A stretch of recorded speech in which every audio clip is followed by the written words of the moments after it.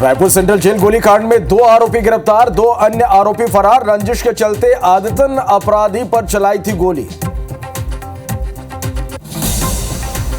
दुर्ग में मामूली विवाद के चलते चाकू से हमला, नाराज लोगों ने थाने का किया घेराव। इधर भिलाई में युवक पर कटर से वार, रंजिश के चलते वारदात को दिया अंजाम।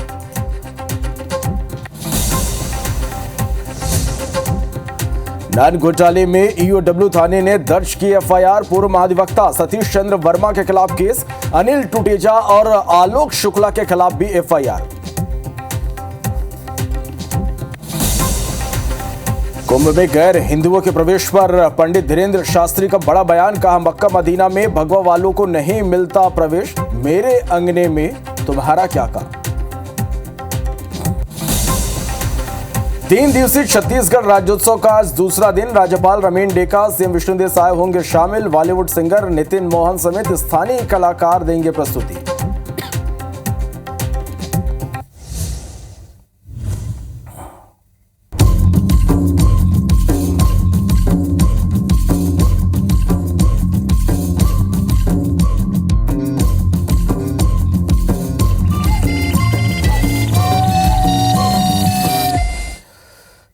बुलेटिन की शुरुआत करते हैं और सबसे पहले दुर्ग भिलाई में चाकूबाजी की 2 बड़ी खबरें निकलकर सामने आई हैं, आपको वो दिखाते हैं। दुर्ग से बड़ी खबर है, जहां देर रात फिर से चाकूबाजी हुई है। मामूली विवाद के चलते चाकू से हमला कर दिया गया। आरोपी बंटी वैष्णव को पुलिस ने हिरासत में लिया है, पूछताछ की जा रही है। इसके साथ ही नाराज लोगों ने देर रात थाने का घेराव कर दिया। मोहन नगर थाने की यह घटना है। दूसरी बड़ी खबर भिलाई से, जहां कटरबाजी की घटना थमने का नाम नहीं। युवक पर कटर से हमला कर दिया गया। रंजिश के चलते यह हमला हुआ, कई लोगों ने मिलकर हमला किया है। हमले में युवक गंभीर रूप से घायल हो गया, जिसे इलाज के लिए अस्पताल में भर्ती कराया गया। सुपेला थाना क्षेत्र का यह मामला है। तो दुर्ग भिलाई में लगातार अपराध का ग्राफ बढ़ा, चाकूबाजी की घटनाएं निकलकर सामने आ रही है। भिलाई शहर में कटरबाजी की घटना एक बार फिर से हुई है। ज्यादा जानकारी के साथ हमारे सहयोगी कोमल धनेसर हमारे साथ फोन लाइन पर जुड़े। कोमल, एक बार फिर से कटरबाजी की घटना हुई है, क्या वजह है कि अपराधियों के हौसले लगातार बुलंद होते जा रहे हैं? जी बिल्कुल, चाकूबाजी की घटना सुपेला क्षेत्र में खासकर बहुत ज्यादा बढ़ गई है। बात करें अगर हम पिछले कुछ दिनों की, तो खासकर दीपावली का जो त्योहार है, गोवर्धन पूजा और मातर, इन तीनों त्योहार के बीच में 3 से 4 मामले ऐसे आए हैं जिसमें हत्या से लेकर के चाकूबाजी कटरबाजी हुई है। और कल रात इंदिरा नगर में एक ऐसा मामला फिर से आया जिसमें युवक गोकुल को उसके 4 दोस्तों ने मिल करके कटर चलाया उसकी पीठ पर, और ये जो जानलेवा हमला किया, इसमें जो घायल हुआ है गोकुल ढीमर, उसके जो बयान के अनुसार यहाँ पे 4 दोस्तों के रूप में उसकी पहचान भी हुई है। हालांकि पुलिस उन्हें तलाश कर रही, लेकिन ये पूरा मामला आपसी रंजिश का है, क्योंकि जब गोकुल अपने घर में था, घर से उसके बुलाकर ले जाया गया और उसके बाद उस पर वार किया गया। तो कहीं ना कहीं पुरानी रंजिश का मामला है। और ये खासकर और नशा जो है इस पूरी घटना में सामने आ रहा है कि लगातार जितनी भी घटनाएं हुई, सब में शराब एक बड़ी वजह थी। और चूंकि त्योहार का माहौल होता है, इस वक्त लोग शराब के नशे में ज्यादा होते हैं, तो इस वजह से कहीं ना कहीं शराब भी पूरे मामले में सामने आ रही थी। और पुरानी रंजिश के चलते भी जो ये मौका ढूंढ रहे थे दोस्त की, कहीं ना कहीं मौका मिले और वो अपने किसी रंजिश का बदला निकाले। बहुत शुक्रिया कोमल इस पूरी जानकारी के लिए। बड़ी खबर है रायपुर से, जेल रोड गोलीकांड का मुख्य आरोपी गिरफ्तार हो गया। आरोपी शेख शाहनवाज और शाहरुख को पुलिस ने गिरफ्तार किया है। गोलीकांड के यानी इस कांड के 2 आरोपी अब भी फरार है, जिनकी लगातार तलाश की जा रही है। आरोपियों ने पुरानी रंजिश के चलते यहां गोलियां चलाई। आरोपी शेख शाहरुख पर 5 से अधिक मामले दर्ज हैं। आरोपी को पकड़ने पुलिस की 10 से 12 टीमें लगी थी। तो कल 3 दहाड़े रायपुर के सेंट्रल जेल के बाहर गोलीबारी हुई और इस मामले में पुलिस ने 2 आरोपियों को गिरफ्तार किया है। मुख्य 2 आरोपी पुलिस के हत्थे चढ़ चुके हैं। 2 आरोपी अब भी फरार है। जो पकड़े गए आरोपी हैं उनमें 5 से ज्यादा मामले दर्ज हैं। तो जेल रोड गोलीकांड का मुख्य आरोपी पुलिस के हत्थे चढ़ा है और आरोपी शेख शाहनवाज और शाहरुख को गिरफ्तार कर लिया गया, जिनसे पूछताछ की जा रही है। पुरानी रंजिश की वजह से इस वारदात को अंजाम दिया गया, यह बड़ी खबर निकलकर सामने आ रही है।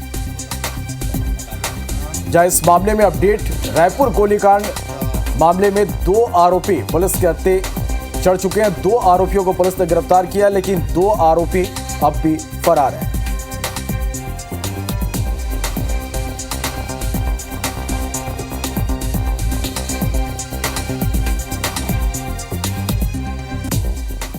हाँ। में एक शेख साहिल नाम का लड़का अपने भाई से मिलने जेल परिसर में पहुंचा हुआ था।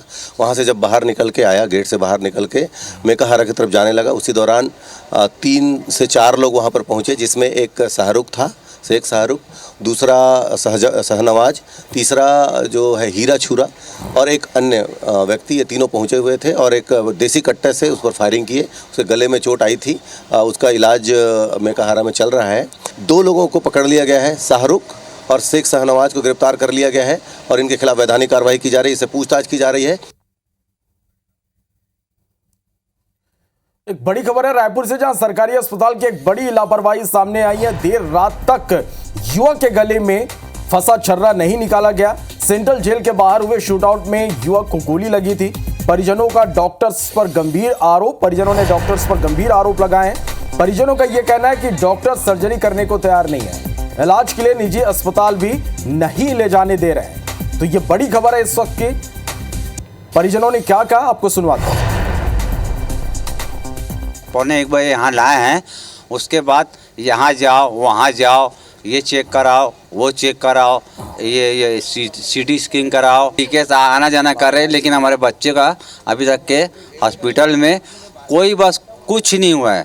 अब मजबूरी में हम हादास खा के हम अपनी औलाद का दर्द देखते हुए हम पैसे को नहीं देख रहे हैं, हम अपनी औलाद की जान को देख रहे हैं। आज सुबह से यहाँ पर मेकाहारा में कोई इलाज नहीं है, बच्चों को हमारी बहुत तकलीफ है।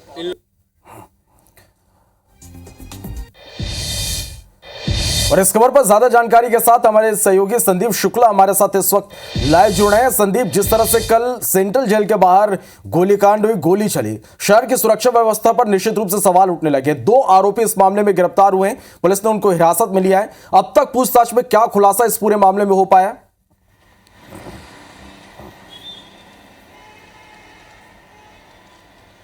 देखिए, कुल मिला के जो कारण था गोलीकांड का वो आपसी रंजिश और गैंगवार है। इनके पे जो दोनों गैंग आप कहें तो सीधा शेख साहिल जिसे गोली पड़ी है और शेख शहनवाज जिसने गोली मारी है या गोलीकांड का मास्टरमाइंड है, ये दोनों के बीच दोनों ही नशा कारोबार से जुड़े हैं। एनडीपीएस का काम करते हैं, गांजा, गोली, सिरप, तमाम चीज़ें ऐसे बेचते रहे हैं। और इसका भाई भी जो है, कल जो शेख साहिल अपने भाई से ही मिलने गया था, वो भी एनडीपीएस में भर्ती है। तो कुल मिला के नशा कारोबार और आपस में वर्चस्व की लड़ाई, इलाका इनका बटा रहता है। ये एक दूसरे के इलाके में जाके नशा जब बेचते हैं तो टकराव बहुत ज़्यादा होता है। और 2 साल पहले शेख साहिल को शेख शहनवाज और उसके साथियों ने कमरे में बंद करके कपड़े उतार के मारा था और उसका वीडियो भी वायरल कर दिया था। तब से इनकी दुश्मनी बढ़ गई थी। उसके बाद नशा कारोबार को लेकर आपस में जेल में एक दूसरे के गुर्गे के ऊपर ये लोग हमला कराते थे। पूरा जेल प्रबंधन जो है उस खबर को दबा देता था। यही कारण जो है ये लड़ाई अब सड़क पर आम लोगों के बीच में होने लग गई है। और कल इसका देखिए प्रतिकृति कि सड़क पर ही गोलीकांड हो गया आम लोगों पर। अगर वो आप सोचिए, हमने जैसे बताया था कल IBC 24 ने गोलीकांड का खुलासा किया। हमने बताया कि 12 बोर का जो है कारतूस फायर किया गया था, कई छर्रे, दर्जनों छर्रे निकले। वो आम लोगों को पड़ते तो उनकी आंख की रोशनी जा सकती थी, जान जा सकती थी किसी और भी लोगों की। तो सौभाग्य से किसी और को चोट नहीं लगी। अभी स्थिति है कि गले में छर्रे फंसे हुए हैं और ऐसा कोई लापरवाही वाली बात नहीं है। आपको बता दें, पहले ENT के डॉक्टर उसे देख रहे थे शेख साहिल को, उसके बाद उसे DKS रिफ़र किया गया, वहाँ पर CT स्कैन तमाम चीज़ें देखी गई। और ये देखा जा रहा है कि किस एक्सपर्ट की ज़रूरत पड़ेगी, क्योंकि छोटे छोटे छर्रे हैं जो उसके गले में अंदर धंसे हुए हैं। फिलहाल ये स्थिति है कि 2 आरोपी जो है इस पर फरार है। लेकिन एक बड़ा खुलासा देखिए ये नहीं हुआ है कि कारतूस, बंदूक कहाँ से इन्होंने खरीदी और जो कारतूस कहाँ से खरीदी। सबसे बड़ा सवाल ये है कि शहर में हथियार आ रहे हैं इतने आसानी से, अगर मिल जा रहे हैं, 19 साल का लड़का, 25 साल का लड़का, और वो फायर कर रहे हैं, तो आखिर इन्हें बंदूक कौन दे रहा है, असला कौन दे रहा है, गोलीबारी इन्हें कहाँ से मिल रही है, अपने आप में बड़ा सवाल है।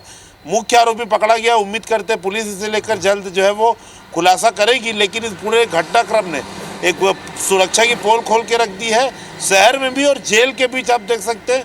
और सबसे बड़ी बात, जेल प्रबंधन, हमने लगातार IBC ने जून माह से लेकर सितंबर माह तक कई घटनाएं हमने दिखाई कि जेल के अंदर चाकूबाजी हो रही है, गैंगवार हो रहा है, उसके बावजूद कोई कार्रवाई नहीं की जा रही, बल्कि पूरा मामला दबा कर स्थानीय थाने को सूचना नहीं दी जाती। तो यही इसी के कारण जो है ये इनकी हिम्मत बढ़ती जा रही थी। कल आपको बता दें, जो गोलीकांड हुआ उसके पहले शेख साहिल के लड़कों ने व्हाट्सएप पे डाला था, इंस्टाग्राम पे डाला था कि ये जो साहिल है वो रायपुर शहर का किंग है और सभी को मारेंगे। तो इस प्रकार से सोशल मीडिया में एक दूसरे को नीचा दिखाने का प्रयास करते थे और 6 घंटे के अंदर ही वो गोलीकांड हो गया। तो पुलिस को कहीं ना कहीं ऐसी चीज़ों पे निगरानी रखनी पड़ेगी कि सोशल मीडिया में ऐसे अपराधी क्या पोस्ट कर रहे हैं, हथियारों के सप्लायरों से इसका कितना लेना देना है। तो सारी चीज़ें जो है वो कहीं ना कहीं उन पर लापरवाही हो रही है, तभी इस प्रकार की घटनाएं हो रही है। जी, निश्चित रूप से पुलिस को भी इस तरह के मामलों को गंभीरता से लेना होगा और ये देखना होगा संदीप कि जो 2 आरोपी गिरफ्तार हैं उनसे पूछताछ में और क्या खुलासा होता है। जो 2 आरोपी अब भी फरार हैं उनकी गिरफ्तारी कब तक होती है। बहुत शुक्रिया इस पूरी जानकारी के लिए। बढ़ते आगे, रायपुर से एक बड़ी खबर है। तिल्दा में ट्रक जलाने वालों के खिलाफ एफआईआर दर्ज की गई है। 7 लोगों के खिलाफ नामजद एफआईआर दर्ज की गई है। आक्रोशित भीड़ ने 2 ट्रकों को आग के हवाले कर दिया था। सड़क हादसे में एक युवक की मौत हुई थी, जिसके बाद हंगामा हुआ, ट्रकों में आग लगा दी गई। तिल्दा नेवरा थाना पुलिस ने एफआईआर दर्ज किया। तो ये बड़ी खबर आप तक हम पहुंचा रहे हैं। 7 लोगों के खिलाफ नामजद एफआईआर दर्ज की गई है। तिल्दा में ट्रक जलाने वालों के खिलाफ एफआईआर दर्ज हुई है। आक्रोशित भीड़ ने 2 ट्रकों को आग के हवाले कर दिया था। सड़क हादसे में एक युवक की मौत हुई थी, जिसके बाद यहां हंगामा हुआ था।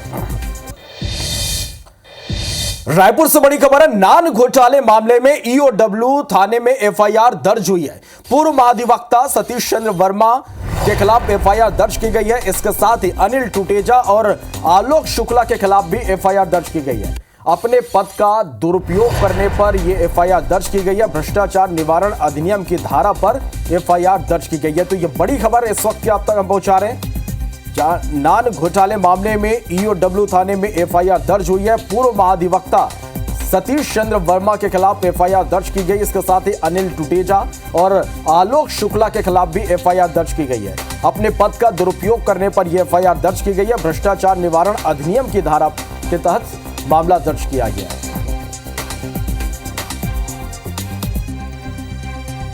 तो लगातार इस मामले में जांच जारी है और कई खुलासे भी इस मामले में हो रहे हैं और एक बड़ा सबूत हाथ लगा, जिसके बाद एफआईआर दर्ज की गई है।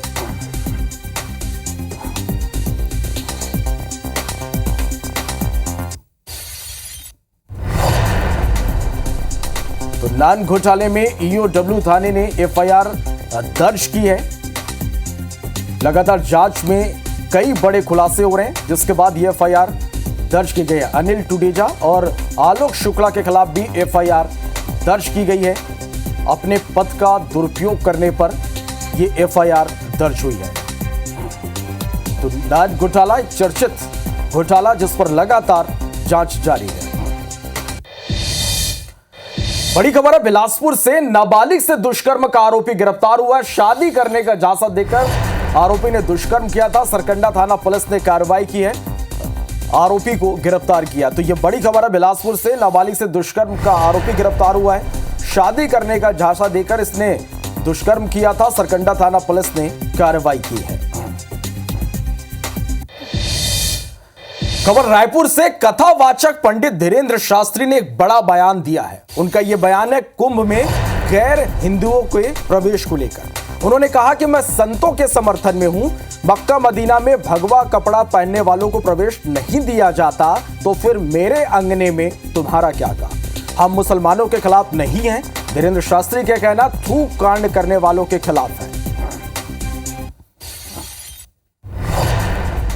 महाकुंभ जैसे इनका कोई आयोजन होता है, जैसे इनका मक्का मदीना है, वहां पर तो सनातनी हिंदुओं की दुकानें नहीं है, वहां तो आप लोगों को जाने नहीं मिलता ना। वहां पे हमने देखा, फैक्ट के साथ वीडियो बताएंगे हम आपको, हो सके तो वीडियो आप व्हाट्सएप नंबर हमारे किसी सेवादार को दीजिए, हम आपको वीडियो भेजेंगे। वहां भगवा रंग के कपड़े भी मक्का मदीना में प्रवेश नहीं कर सकते पहन करके, रोक है उस पर। तो फिर मेरे अंगने में तुम्हारा क्या है भाई। हमारे सनातन धर्म का महाकुंभ, हमारे संतों की महिमा, त्रिवेणी संगम की महिमा हम सब जानते हैं। हमारे शंकराचार्य अखाड़ा परिषद जो निर्णय लेंगे हम उसमें सहमत हैं। अगर वो ये रोक लगा रहे हैं तो ये सही है। हम मुसलमानों के खिलाफ नहीं हैं। हम केवल अमानवीय कृत्य, थूक कांड करने वाले, पेशाब कांड करने वालों के खिलाफ फतवा जारी नहीं हुआ, इस दोहरी मानसिकता के खिलाफ हैं। छत्तीसगढ़ की शराब पॉलिसी में एक बड़ा बदलाव किया गया और इस बदलाव के तहत प्रदेश में शराब मिलने का दायरा और बढ़ जाएगा। रेस्टोरेंट और रायपुर एयरपोर्ट को शर्तों के साथ बार लाइसेंस दिया जाएगा। क्या है आबकारी विभाग का नया प्लान, देखिए इस रिपोर्ट को। देश दुनिया के बड़े शहरों, हवाई अड्डों पर पैसेंजर के लिए शराब उपलब्ध होती है, लेकिन रायपुर जैसे छोटे शहरों के एयरपोर्ट पर ऐसा नहीं होता था। लेकिन अब ये फैसिलिटी रायपुर एयरपोर्ट पर भी शुरू हो सकेगी।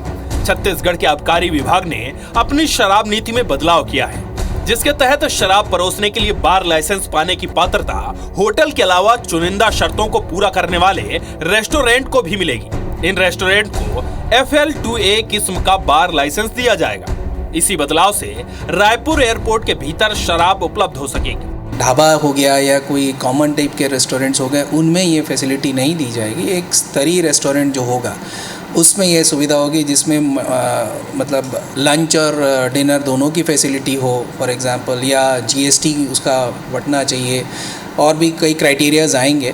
तो उन क्राइटेरियाज के बेसिस पे जो है उसका जस्टिफिकेशन होगा कि हाँ एक स्तर का रेस्टोरेंट है, उनमें ये लाइसेंसेस दिए जाएंगे। पहले नियम था कि प्रदेश में शराब 2 जगह ही मिल सकती है, एक सरकारी दुकान और दूसरी लाइसेंस प्राप्त बार में। इसके साथ ही लाइसेंस पाने के लिए कमरे वाले होटल की शर्त थी, जिसको लेकर आबकारी विभाग अब नियमों में बदलाव कर रहा है और रेस्टोरेंट को भी बार लाइसेंस देने का नियम बनाया है। इस नियम के तहत रायपुर एयरपोर्ट के रेस्टोरेंट को बार लाइसेंस मिलेगा, जिसके लिए एयरपोर्ट अथॉरिटी आबकारी विभाग के पत्र का इंतजार कर रहा है। एयरपोर्ट समेत रेस्टोरेंट में शराब परोसी जाए या नहीं, इस पर लंबी बहस हो सकती है। ये सच है कि आधुनिकता की परिभाषा स्थापित सामाजिक वर्जनाओं के खिलाफ खड़ी होती है और धीरे धीरे समाज भी उन्हें स्वीकार करने लगता है। एयरपोर्ट समेत रेस्टोरेंट में शराब परोसी जाए या नहीं, इस पर एक लंबी बहस हो सकती है। सामाजिक संस्थाओं से लेकर सिविल सोसाइटी इसके विरोध में खड़ी नजर आएंगी, वहीं समाज का एक बड़ा तबका इसके पक्ष में भी खड़ा नजर आएगा। देखना होगा कि आबकारी विभाग के इस फैसले का कितना विरोध या कितना समर्थन राजधानी रायपुर समेत छत्तीसगढ़ में मिल पाता है। कैमरा पर्सन रमाशंकर के साथ राजेश राज, IBC 24 रायपुर। कवर्धा के लोहारीडीह कांड की जांच के लिए SIT टीम का गठन कर दिया गया है। जिले के एडिशनल SP पंकज पटेल के नेतृत्व में 7 सदस्यीय टीम जांच करेंगे। लोहारीडीह के ग्रामीणों ने SIT गठन के लिए राजनांदगांव रेंज के IG को आवेदन दिया था।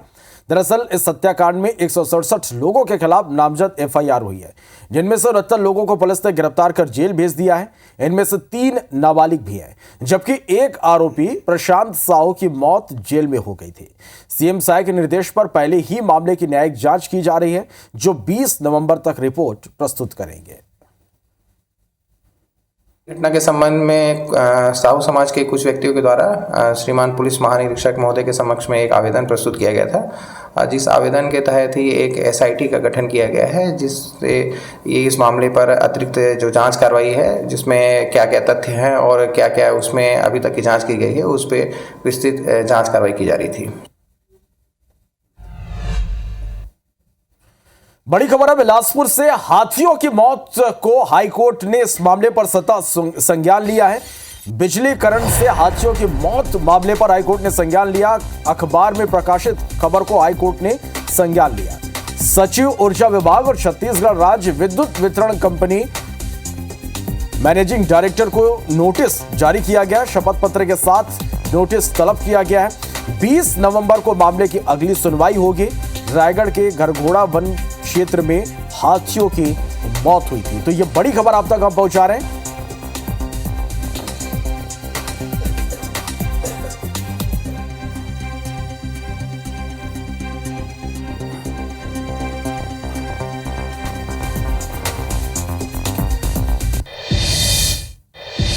और अब बात राज्योत्सव की।